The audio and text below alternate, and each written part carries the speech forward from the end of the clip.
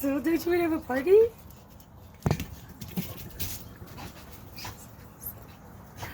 It's a party, Hazel. What is it? What is he doing? Hazel. She does not like. What? The whole fucking neighborhood. This is way too late, this shit. I can't even. You should know. It's you guys' fault. Look at what you've done. Look at what you've done, Tatus. Now I'm having a kicking party at 7:30 in the fucking morning now. Thanks a lot, Walmart. It's good for your life.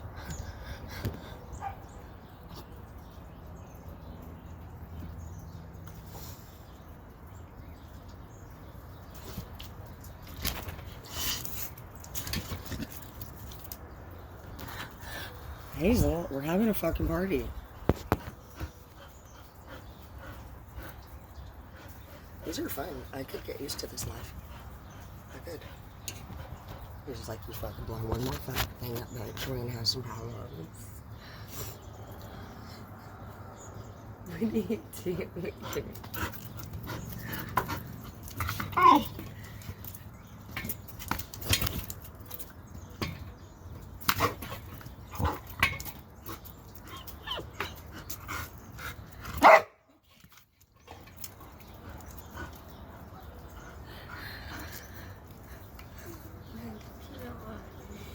I'm such a bad troublemaker. Come here. I love you. It's your day. It's your day. It's your day. I know you. She's gonna like 4th of July, it's clear.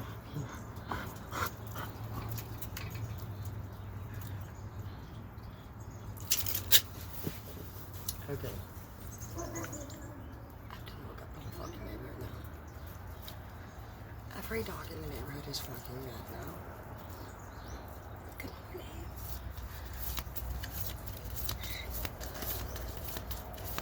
I haven't shuffled these cards all together in a long time. I like sorted my cards, and that has like a whole different grip feeling. Okay, let's just go ahead and split the deck. 6 of Wands, nice. You have some new things manifesting into your life. Things are changing.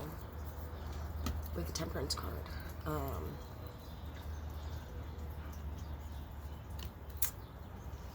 It's interesting. There's an eel on here. There's 2. Eels are poisonous.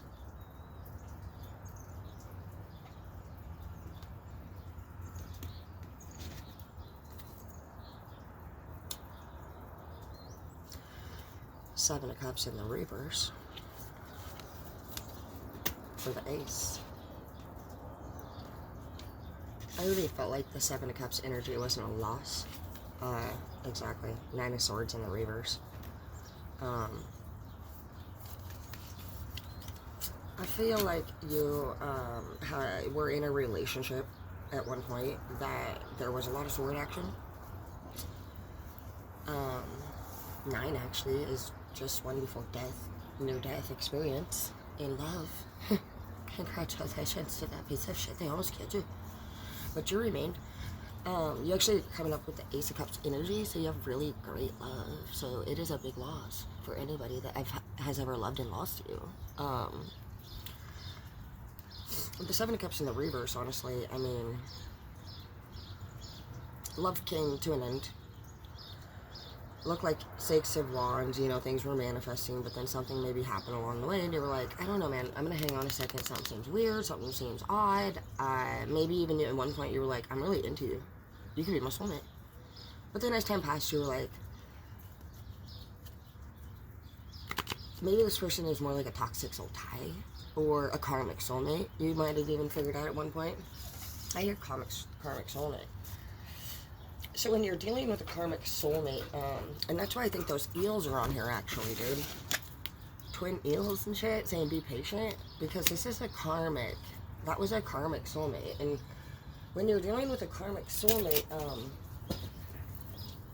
basically that person and you have come into each other's life to serve karma out for things that either we have done or even sometimes our ancestors have done. So, no matter what, when you put any energy out, it doesn't matter how long it's been, we will have to serve that karma. And a karmic soulmate is somebody in our life who teaches us a lesson that we can't treat people the way that we want to all the time. So, let's just say you were with somebody, this is just an example, but you, it doesn't even have to be cheat. It could be like literally a karmic soulmate. It could be you were in love with somebody and then a job opportunity came and you left. And it broke somebody's heart. And you still did what you had to do type thing. Let's just say 10 years down the road, you fall in love with somebody. And the same shit happens, bro. This person has some random opportunity come up and they just leave.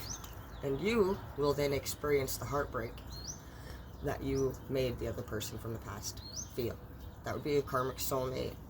You and I are here together for one of us to teach the other one a lesson and basically serve out karma for somebody that we had hurt in the past.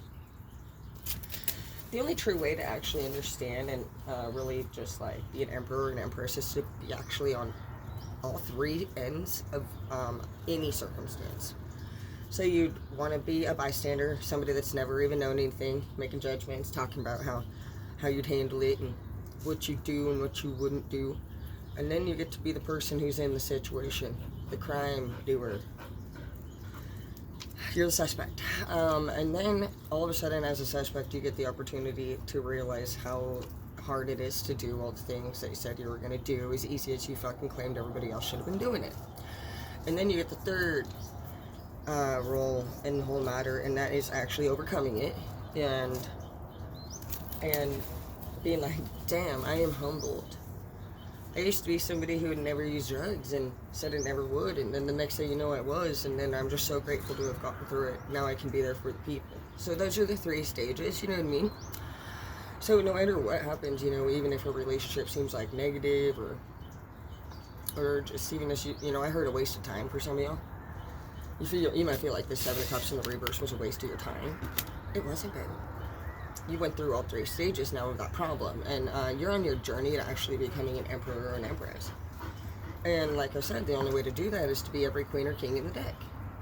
And there's many queens and kings. You know, we got the king and queen of swords, but a defender, a protector. If that person would be coming up in the negative form, they would maybe just be somebody who has like a tongue with a sword that can cut people down and beat them up with their words, and they more of a negative, you know, an angry sword. And then you have like more of a fucking, you know, what is it, King Arthur sword, the one he's just a hero, you know, type thing. There's two different energies in every king and queen. Then you got the king and queen of cups. Cups means love. Excuse me. When you're dealing with the cups in the reverse, it means that their love was not true at the time.